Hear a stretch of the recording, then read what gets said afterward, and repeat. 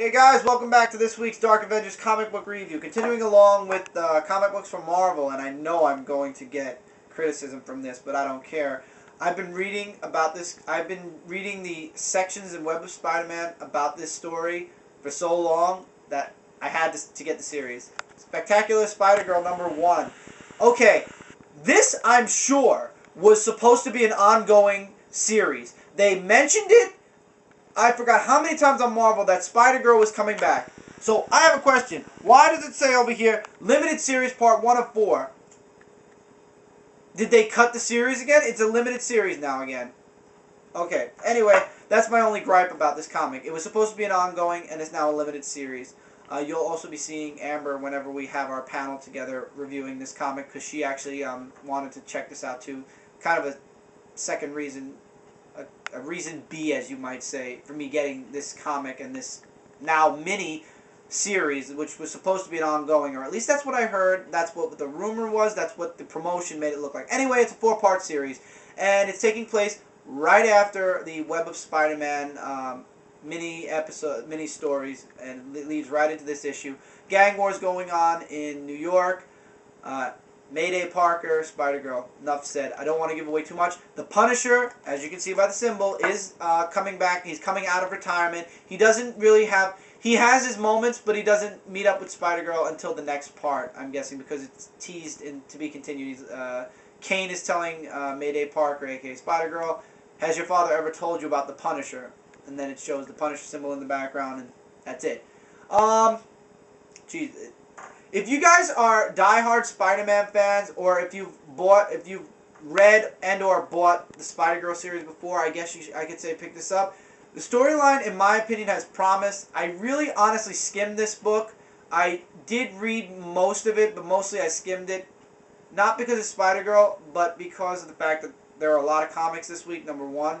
And #2, it was like, when I saw it was limited series instead of an ongoing, it kind of annoys me a little bit. But beside the point, it's a good comic. It's continuing, like I said, the story from the Web of Spider-Man comics. If you were reading those minis and you're interested in seeing what happens next, here it is. It's a miniseries, 4 parts, 4 months. It'll be over by September. If you're interested, grab it. If not, don't. I'm enjoying it. I'll get the other 3 parts. Why not?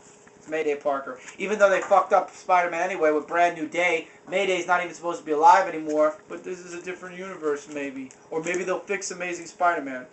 Who knows? Speaking of which, Amazing Spider-Man 630, starting the storyline Shed with the Lizard. Okay. Doc Connors is in this, and you get to see his tragic life. Pete's in this, and he finds out that Harry and Mary Jane are roommates, and they're like 2 peas in a pod and shit like that, and you can see his reaction to that not being good.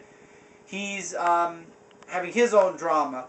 In the end of this issue, I want to skip all this drama, because it really felt more like all the stories like Kirk Connors trying to get through his son, and he doesn't. And then in the end, of course, he turns into the Lizard, to be continued. I don't know. I'm being honest, like, Madam Web foresees the future and sees that Spider-Man is going to stop the Lizard and save the day. And then Craven's wife says, oh, no, he's not. We're going to change that, right? And then her daughter says, you bet. And then she goes off. So I'm guessing they're going to try to change the future now that they know what's going to happen. We'll see. I'll be honest with you guys. The artwork is okay. I mean, let's see if I can give you guys a good picture. The artwork is actually pretty good. I'll be honest with you guys. Spider-Man looks pretty good. It's just, I have one gripe, and that's the Lizard. It doesn't look like the Lizard I grew up with. At least, I don't know. It's up to you guys. Bit graphic. Little bit graphic. Comic books are getting very graphic, guys. Let me tell you something. When I was a kid, and I was collecting Superman, and I was grabbing little comics here and there, especially for those of you guys that know Venom. When Venom was around, you remember Venom being a badass. They never showed shit like this in those comics. Everything was shadowed off.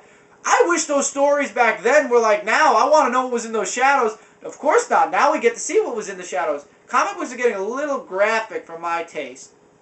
And another thing, now that we're talking about Spider-Man, has anybody seen The Shocker? It's been like 3 years. I was talking to one of my friends, Mike T54, and we were mentioning about all Spider-Man's villains.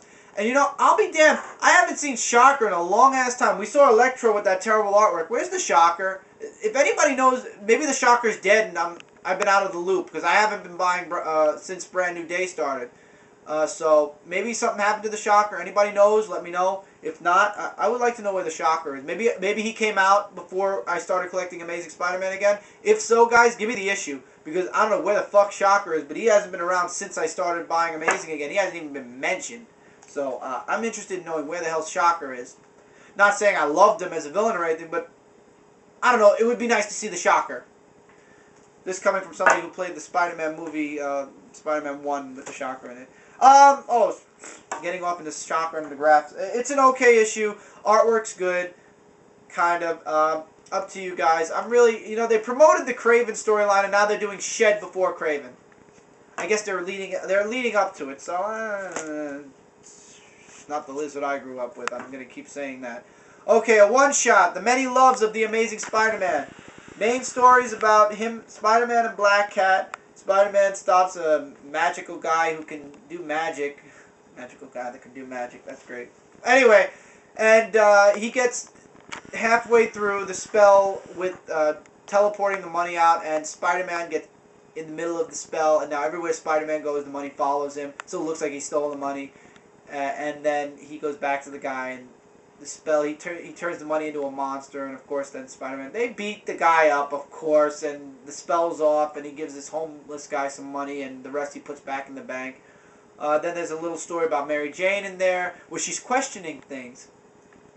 This is all leading into future events in Amazing Spider-Man, I'm guessing after Kraven, the Kraven storyline. What else is there? There is also from years ago, Gwen Stacy and Mary Jane. So that's why they say the Many Loves of Peter Parker, of Spider-Man, because everybody's in this issue. I'll be honest, yeah, all these people are in this issue, and it's really good. And you get a little backstory on her as well. But it really wasn't as interesting as the first story, Mary Jane's story, and everything else. Love the artwork in Mary Jane's story. I wish that artist would do Amazing Spider-Man, and hopefully he is in the future. Good one-shot. I'll be honest with you guys. If you don't want it, you don't have to get it. It really has no tether to anything in Spider-Man. It's just a one-shot, out of the way. Really, it has nothing to do with anything. You don't have to get it. I got it because I wanted it. It looked interesting. I'm glad I got it. It's a nice issue. It's up to you. It was nice, but it has no ties to anything. You don't have to get it. This is like an if you want to. Okay, and before we go into DC Comics, really quick, Udon Comics, DarkStalkers, #2, cover B. I'm not getting cover A's anymore. I'm getting cover B's. I am loving DarkStalkers. And of course, my favorite character is on the cover. This issue, Felicia. Who doesn't like Felicia? And if you say you don't like Felicia, how dare you? Anyway, don't want to give away the story for this. Pick this up. A, the artwork is great. B, the story is great. I don't even know Darkstalkers. This is the first. This is like a volume 2 to Darkstalkers because it's like the Night Warriors or some shit like that. There was a series that came out before this. I'm loving it. Go pick this out. It's only like it's $3.95. Yeah, it's worth the money. It's worth the money. If you guys enjoyed the artwork from Street Fighter, you're gonna want to pick this up. By the way, Marvel vs. Capcom 3 is coming. I almost said 2. 3 is coming. Darkstalkers are going to be in it. Felicia's going to be in it. I believe others are going to be in it.